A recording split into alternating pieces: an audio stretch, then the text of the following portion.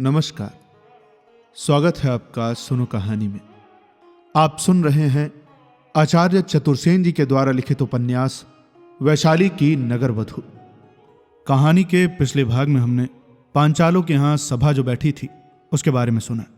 वहाँ पे सारे राजाओं, मंत्रीगण और ब्राह्मणों की बैठक में शादी किस प्रकार होगी, किसकी किससे होनी चाहिए, पुत्रों के क्या नाम होंगे, ये सारी मंत्रणा की गई। अब विस्तार से जानने के लिए आपको पिछला भाग सुनना पड़ेगा।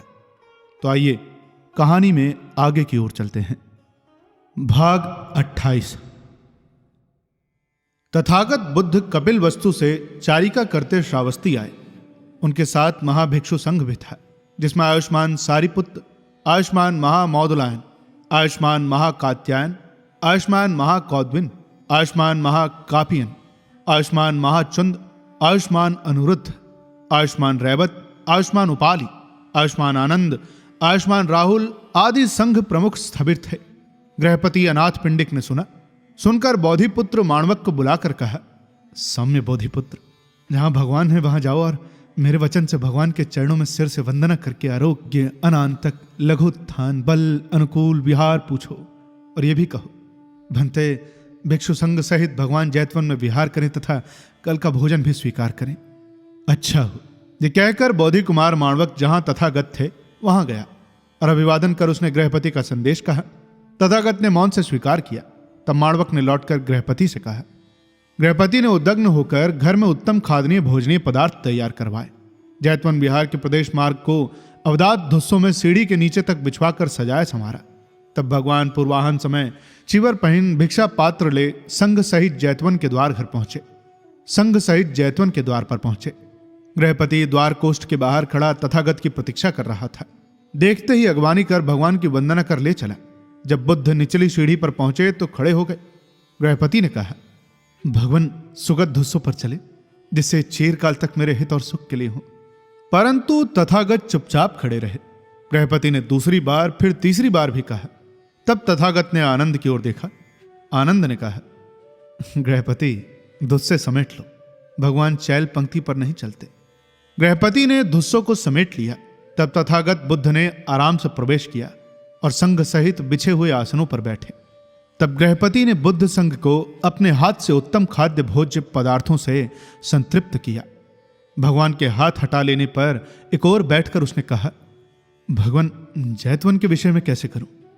गृहपति जैतवन को आगत, अनागत, चातुर्दिक भिक्षु संघ के लिए प्रदान करते। अनाथ पिंडिक ने कहा, ऐसा ही हो बनते। तब महाश्रमण बुद्ध ने अनाथ पिंडिक के दान को अनुमोदित करते हुए गाथा कही। सर्दी, गर्मी और क्रूर जंतुओं से रक्षा करता है। सरीसृप, मच्छर, शिशिर, वर्षा, हवा पानी से बचाता है। आश्रय के लिए, सुख के लिए, ध्यान के लिए, विथ्यपन के लिए संघ को विहार का दान श्रेष्ठ है। रमणीय विहार बनवाकर वहां बहुश्रुतों को बसाकर उन्हें अन्न, पान, वस्त्र और शयन आसन प्रसन्न चित्त से प्रदान करें। तब दर्प मल्ल पुत्र ने आकर तथागत से कहा, बनते यदि अनुमति हो तो मैं संघ के शयन आसन का प्रबंध करूं। साधु साधु दर्प, तो संघ के शयन आसन और भोजन का प्रबंध कर। फिर उन्होंने भिक्षु संघ को एकत्रित करके कहा, भिक्षुओं, संघ दर्भ मल्ल पुत्र को संघ के शयन आसन का प्रबंधक और भोजन का नियामक चुने। संघ ने दर्भ मल्ल पुत्र को चुन लिया। तब मल्लपुत्र ने भिक्षुओं का एक एक स्थान पर शयन आसन प्रज्ञापित किया। जो सूत्रात्तिक थे उनका एक स्थान पर, जो विनयधर थे उनका दूसरे स्थान पर और जो धर्म कथित थे वे तीसरे स्थान पर। इसी प्रकार दर्भ मल्लपुत्र ने संपूर्ण भिक्षु संघ को प्रज्ञापित किया। गृद्धकूट, चौर प्रताप, ऋषिगिरी की कालशिला, व्यवहार सिंह, सप्तपर्णी गुहा, सितवन, सर्वशौंडिक, रागभार, गौतम कंदरा, कपोत कंदरा, पोताराम, अम्रवन, मुद्रकुक्षी, मृगदाव सर्वत्र दर्भ मल्लपुत्र ने तेजो धातु की संपत्ति के प्रकाश में भिक्षु संघ का शयन आसन प्रज्ञापित किया। वे यत्न से प्रत्येक भिक्षु को बताते, ये मंच है, ये पीठ है, ये भित्ति है, ये बिंबोहन है, ये कतरदंड है, ये संघ का कतिक स्थान है। दर्भ मल्लपुत्र ने अंत्यवासी भांडागारिक, चिवर प्रतिग्राहक, चिवर भाजक, ये वाग भाजक, फल भाजक, खाद्य भाजक, शाटिक ग्राहक, आरामिक प्रेषक, श्रामणेर प्रेषक आदि भिक्षु संघ से चुने हुए भिन्न भिन्न विहारों के लिए नियत हुए। अजीत केस कंबली। पूर्व राम मृगार माता प्रसाद भी बनकर तैयार हो गया था। यह भवन श्रावस्ती में ही नहीं प्रत्युत जम्बू द्वीप भर में अद्वितीय विहार था। इसमें 1 सहस्त्र प्रकोष्ठ थे। यह विहार 7 तल्ला था।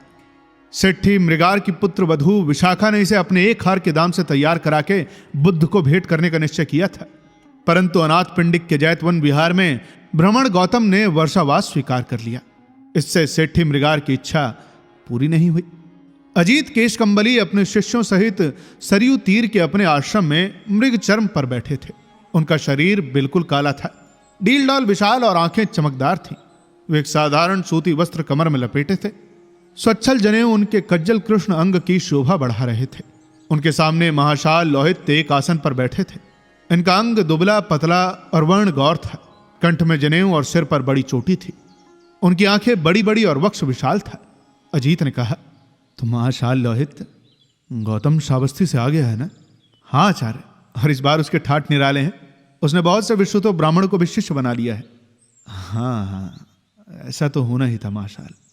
इन मूर्ख ब्राह्मणों का बेड़ा डूबा।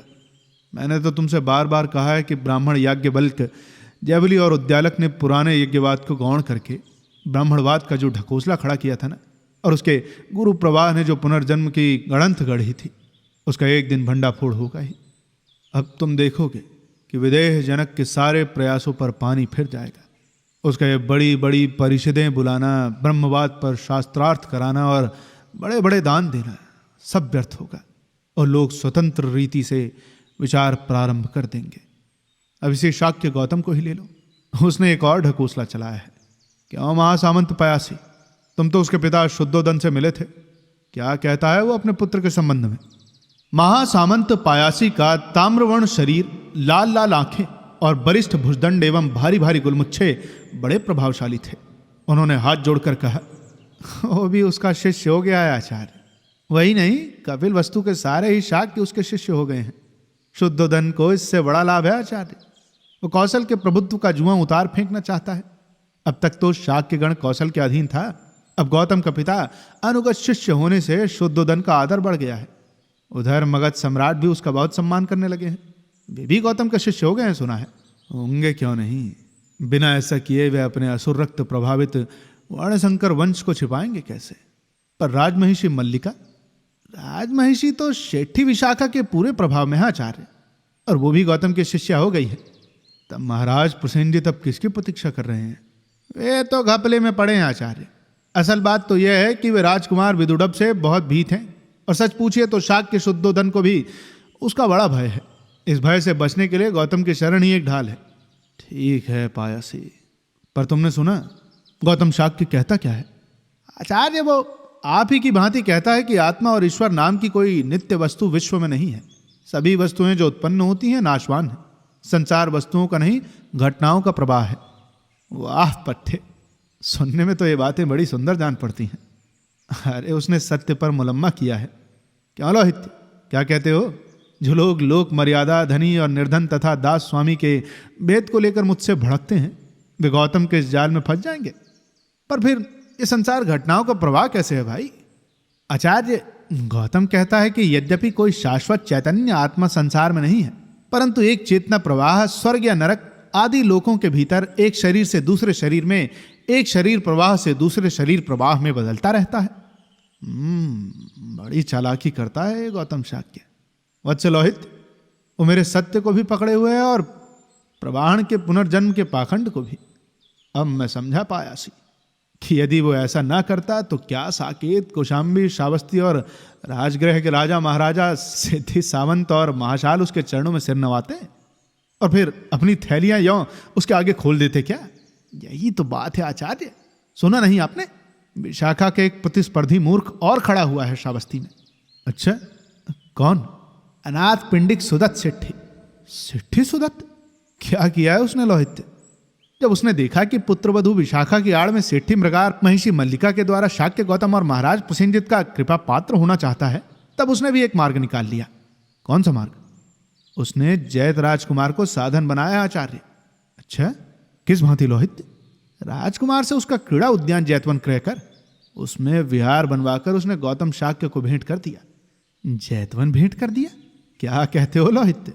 सत्य कहता हूं आचार्य। जैत राजकुमार ने जैतवन बेच दिया? वे तो नहीं देना चाहते थे, पर सुदत्त ने जैतवन की संपूर्ण भूमि पर स्वर्ण बिछाकर उसे क्रय कर लिया आचार्य। 18 करोड़ स्वर्ण दिया उसने। तो यों कहो ना कि जैत राजकुमार को एक भारी उत्कोच दिया गया। यही तो बात है आचार्य। उसके 3 पौध स्वर्ण द्वीप से स्वर्ण भरकर लौटे हैं। सुदत्त अनाथ पंडित के पास स्वर्ण की क्या कमी है? अब तो उसकी कीर्ति घर घर गाई जा रही है। विशाखा का सप्तखंडी मृगार माता प्रसाद धरा का धरा ही रह गया। ये तो होना ही था। फिर राजकुमार जैत की इस पर कृपा दृष्टि। जैत ही क्यों पायासी, गौतम शाक्य की भी कहो। यही देख लो, राजमहिषी मल्लिका अब यहां नहीं आती। सुना है कि उन पर इस गौतम का अच्छा रंग चढ़ा है। इसमें क्या आश्चर्य है? माली की बेटी अपने रूप के कारण बनी कौशलपट्ट राजमहिषी। सो वो रूप की दोपहरी तो कब की ढल गई। महाराज प्रसेनजित को नित नए यौवनों से फुर्सत नहीं। उनकी विगलित वासना को राजगृह का वो तरुण वैद्य अपने वजीकरण से पूर्ण नहीं कर सका। अब वो चारवाक पंथी मांडव्य अपने रसायन का चमत्कार दिखाना चाह रहा है। आचार्य ने कहा, साकेत के उस पाजी बृहस्पति चारवाक के चेले की बात कर रहे हो क्या? बड़ा घृणित है वो ब्राह्मण कुल कलंक। हाँ, तो उसने राजा को खूब भरमा रखा है क्या? जी हाँ आचार्य, वो यही तो कहता है कि इंद्रियों को तृप्त होकर अपने अपने विषयों को भोगने दो, यथेष्ट आनंद करो। और उस धूर्त ने राजा को कुछ रसायन दी है? जी हाँ, सो जैसे सूखा ईंधन अनुकूल वायु पाकर धाएं धाएं जलता है ना, वैसे ही वो सतृप्त कामाग्नि में राजा भी जलकर राख हो जाएगा। इस 70 वर्ष की अवस्था में वो गांधारी कलिंग सेना से विवाह करने जा रहा है। उधर विदुड़ब राजपुत्र उसे मारकर कौशल के सिंहासन को हथियाने का षड्यंत्र रचा रहा है। ये क्या कहते हो पायसी सौम्य? राजकुमार विदुड़ब? हाँ आचार्य, शाक्यों ने जब से उसको दासी पुत्र कहकर अपमानित किया है, वो महाराज से घोर घृणा करता है। वो कहता है जब माली की लड़की मल्लिका को उन्होंने पट्टराज महिषी का पद दिया, तो उसकी माता शक्य दासी नंदनी को क्यों दासी रहने दिया? शाक्यों से अनादृत होकर वो और भी क्रुद्ध हो उठा है। खैर, उसका यह कथन यथार्थ तो नहीं है प्रिय, पर सत्य जानो, ये दासी पुत्र उन सभी बूढ़े कामुक राजाओं को डुबोएंगे। तो फिर विदुड़ब तो शाक्य गौतम से भी घृणा करता होगा। उसका बस चले तो वो उसे मार ही डाले, पर उसका वो मित्र राजगृह का वो तरुण वैद्य, वो शाक्य गौतम का परम भक्त है। आजकल वो उसका बहुत घनिष्ठ हो रहा है। तो यों कहो कि श्रावस्ती में जहां देखो वहीं उस धूर्त शाक्य श्रवण के गुप्तचर भर रहे हैं। पर सौम्य लोहित, तुम उस मूर्ख राजकुमार विदुड़ब को मेरे पास लाओ। उसे तो हमारे ही दिल में मिलना चाहिए। मैं चेष्टा करूंगा आचार्य, पर वो तरुण राजकुमार उतना मूर्ख नहीं है, वो बड़ा तेजस्वी है। तब तो और भी अच्छा है। अरे, सभी वर्णशंकर जन नारियों से अधिक तेजस्वी होते हैं प्रिय। यदि वही निकट भविष्य में कौशल का सिंहासन आक्रांत करेगा तो उसे अपना निकटवर्ती रखना अच्छा है, विशेषकर इसलिए कि वो शाक्य गौतम से घृणा करता है, जिसके नाम का श्रावस्ती, कौशल राजगृह, वैशाली सर्वत्र ही जनपद में डंका बज रहा है। अच्छा, मैं उसे लाऊंगा आचार्य, मेरा आदर करता है बहुत। तो उससे लाभ उठाओ भाई। हाँ, राजमहिषी मल्लिका की क्या बात कर रहे थे? वो तो नित्य उस श्रवण गौतम के पास जाती है। वे जानती है उसका माली की पुत्री होने का लांछन वही मिटा सकता है। सेठी वधू विशाखा उनके बहुत मुंह लगी है, तो फिर उन दोनों का भेद कराना होगा। राजमहिषी को भी हमारे ही दिल में मिलाना चाहिए, फिर मैं उस शाक्य शुद्धोधन को समझ लूंगा। ये तो तनिक कठिन होगा आचार्य। देवी मल्लिका माली की बेटी तो हैं, परंतु उनकी निष्ठा बहुत है, और कौशल जनपद में उसका मान महाराज प्रसेनजित के ही समान है। तभी तो सौम्य लोहित थे। परंतु चिंता न करो, मैं उपाय कर लूंगा। राजमहिषी मल्लिका को मेरी शरण आना ही होगा। बस ये राजसूय समाप्त होने दो। जब तक यज्ञ समाप्त नहीं हो जाता, राजा मेरी ही इच्छा के अधीन है। परंतु श्रावस्ती पर एक और भी तो पापग्रह है। वो कौन? श्रमण महावीर जिन, उसकी तपस्या ही निराली है आचार्य। कुछ समझ में नहीं आता। सुना है वो 2-2 मास निराहार रहते हैं, आजीविकों की भांति नंगे रहते हैं। उनके शील और व्रत बहुत शाबक धारण कर रहे हैं। वे भी शूद्र और ब्राह्मणों में अभेद रखते हैं। राजपुत्र विदुड़ब उन्हें बहुत मानते हैं। समझ गया। अरे लोहित, प्रसिद्धि के अनेक उपाय हैं, इसलिए छवि निग्रंथ श्रवण को भी मैं अच्छी तरह जानता हूँ। उधर शाक्यों ने, इधर लिच्छवियों ने अपने गणराज्य के विस्तार के धर्म का ढोंग रचा है। इनका उच्छेद सम्राट द्वारा नहीं, विदुड़ब के द्वारा होगा। नहीं तो वे कौशल के आर्य राज्य को खोखला कर डालेंगे।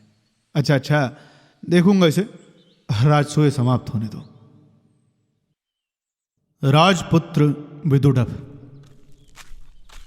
राजकुमार विदुड़ब ने आचार्य के निकट अभिवादन कर आसन पर बैठकर कहा, आपने मुझे स्मरण किया था आचार्य। तुम्हारा कल्याण हो राजकुमार। मुझे भासता है कि तुम्हें मेरी आवश्यकता है। किस लिए आचार्य? अपने गुरुतर उद्देश्य की पूर्ति के लिए। आप किस संदर्भ का संकेत कर रहे हैं आचार्य? तो क्या तुम मेरा संकेत समझे नहीं कुमार? आचार्य कुछ कहे तो। अरे श्रावस्ती में कितना अनर्थ हो रहा है आयुष्मान। अनर्थ? कैसा अनर्थ? ये श्रमण गौतम क्या राजा प्रजा सभी को नष्ट कर डालेगा? ऐसी आप कैसे कल्पना करते हैं?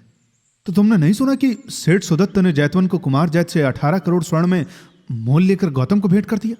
सुना है आचार्य। और विशाखा ने जो 7 खंड का पूर्वाराम मृगार माता प्रसाद बनाया है 100, वो भी जानता हूं। राजमहिषी मल्लिका नित्य वहां जाती हैं। जाती तो हैं।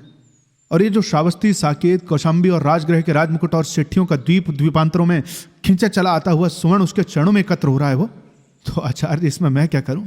अरे आयुष्मान, एक दिन कौशल के अधिपति तुम हो गए या श्रमण गौतम, किंतु मैं तो दासी पुत्र हूं आचार्य, कौशल का उत्तराधिकारी नहीं हूं। शांतम पापम शांतम पापम। और मैंने जो गणना की है सो, आयुष्मान तुम ही कौशल के सिंहासन को आक्रांत करोगे एक दिन, परंतु तब तक तो जम्बूद्वीप की सारी संपदा इस गौतम के चरणों में पहुंच चुकेगी। संपूर्ण राजकोष खाली हो जाएंगे, संपूर्ण तरुण भिक्षु हो जाएंगे, संपूर्ण सेठियों और सैनिकों का धन उसे प्राप्त हो जाएगा। अरे पुत्र, क्या तुम नहीं देख रहे हो? ये धूर्त शाक्य पुत्र गौतम धर्म साम्राज्य की आड़ में अर्थ साम्राज्य स्थापित कर रहा है, जो कि तुम्हारे सामंत साम्राज्य को खोखला कर देगा। ये सब आप क्या कह रहे हैं आचार्य? अरे पुत्र, तुम कहां से बलि ग्रहण करोगे? कहां से सैन्य संग्रह करोगे? वाणिज्य व्यापार कैसे चलेगा? सभी तरुण तो भिक्षु हो जाएंगे, सभी संपदा तो उसी शाक्य श्रमण के चरण चूमेगी। तब तुम श्री शक्तिरोष और सैन्यहीन राजा राज्य संचालन कैसे करोगे आयुष्मान? आपके कथन में सार प्रतीत होता है आचार्य। इसे रोको आयुष्मान। और तुम्हारा वो मातुल कुल, शाक्य कुल कहिए बनते आचार्य, मैं उसे आमूल नष्ट करूंगा। तुम्हें करना होगा पुत्र। और ये पितृकुल भी, इसे भी मैं नष्ट करूंगा। तभी तो तुम कौशल के सिंहासन पर आसीन होगे। सुनो आयुष्मान, मैं तुम्हारी सहायता करूंगा। तुम्हारा कंटक मुझे ज्ञात है। वो क्या है आचार्य? बंधुल मल्ल और उसके 12 पुत्र परिजन। बंधुल के ऊपर निर्भर होकर राजा राजकाज से निश्चिंत हो गया है। बंधुल स्वयं अमात्य हो गया है और उसने अपने 12 पुत्र परिजनों को सेना और राजकोष का अधिपति बना दिया है। ये जब तक जीवित है तुम्हारा स्वप्न सिद्ध नहीं होगा। परंतु आचार्य, मैं समय की प्रतीक्षा कर रहा हूं। मूर्खता की बात है आयुष्मान। तुम्हारा यह उद्विग्न यौवन प्रतीक्षा ही में विगलित हो जाएगा, फिर उसी के साथ साहस और उच्चाकांक्षाएं भी। मित्रगण निराश होकर थक जाएंगे और वे अधिक आशावान शत्रु को सेवेंगे। तुम आयुष्मान समय को खींचकर वर्तमान में ले आओ। सो किस प्रकार आचार्य? कहता हूं सुनो। इस बंधुल और उसके 12 पुत्र परिजन को नष्ट कर दो आयुष्मान, और बंधुल के भागिने दीर्घ कारायण को अपना अंतरंग बनाओ। इससे तुम्हारा यंत्र सफल होगा। दीर्घ कारायण बंधुल और राजा दोनों से अनादृत और वीर पुरुष है, परंतु ये अति कठिन है आचार्य। अति सरल आयुष्मान। वत्सराज उदयन सीमांत पर सैन्य संग्रह कर रहा है।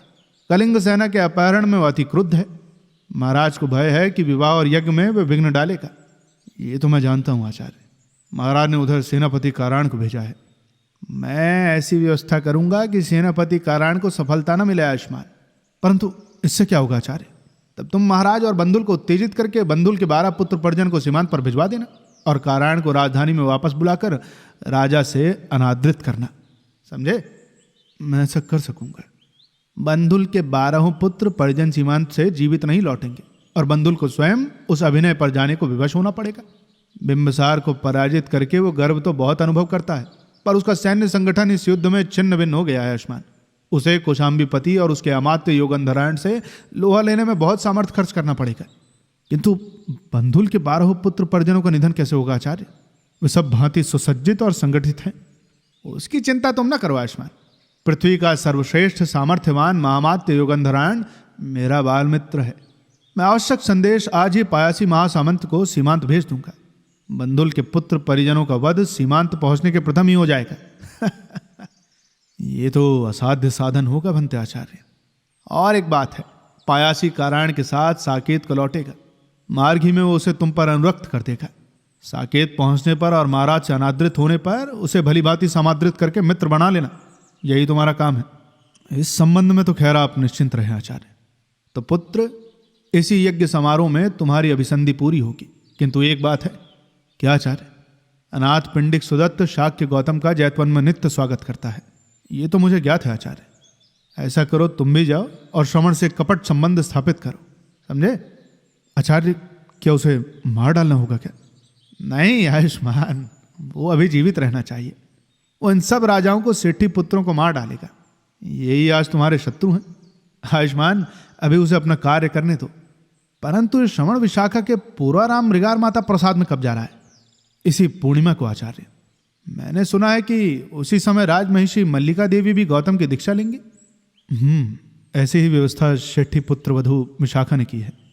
तो तू ऐसा कर सौम्य कि बंदुल मल्ल की पत्नी मल्लिका भी उस श्रवण के चंगुल में फंस जाए, वो भी राजकुमारी के साथ ही दीक्षा ले ले। ये तो अति सरल है आचार्य, उससे मेरा अच्छा परिचय है, मैं उसे तो सहमत कर लूंगा।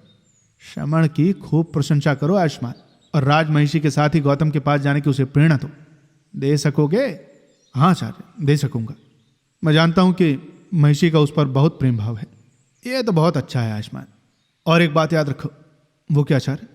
वही करो जो उचित है। उचित क्या है? जो आवश्यक है वही उचित है आयुष्मान। विदुड़ब ने हंसकर कहा, आचार्य, आपका धर्म गौतम की अपेक्षा बहुत अच्छा है, परंतु आयुष्मान, ये धर्म पदार्थ एक महासत्य वस्तु है। इसे केवल परधन हरण करने और उसे शांति से उपभोग करने के लिए ही कुछ चतुर जनों ने अपनाया है। इससे प्रिय तुम किसी की ठगाई में ना आना। धर्म के सत्य रूप को समझना और उससे भय न करना, उससे काम लेना और जो उचित हो वही करना। समझ गया आचार्य। राजगृह के उस तरुण वैद्य के पास कुछ अति भयंकर विषय है, परंतु वह उनसे काम लेना जानता है। वो जो उचित है वही करता है, और वो कहता है कि ऐसा करने से ये सब भयानक विष अमृत का काम देते हैं, उनसे मृत प्राय आदमी जी उठते हैं। ऐसा ही है आयुष्मान। अब तुम इस तत्व को भली भांति समझ गए। जाओ तुम प्रिय, तुरंत साकेत जाकर शुभ कार्य का अनुष्ठान करो। अच्छा बनते, आज्ञा। कहकर राजकुमार ने उठकर आचार्य को अभिवादन किया, और आचार्य ने दोनों हाथ उठाकर उसे आशीर्वाद दिया। राजकुमार विदा हुए। अब कहानी में आगे क्या होता है, ये जानने के लिए आपको इंतजार करना पड़ेगा इसके अगले भाग का। जल्द ही मिलेंगे इसके अगले भाग के साथ। तब तक के लिए सुनते रहिए सुनो कहानी की अन्य कहानियां, और अपना ख्याल रखिए। धन्यवाद।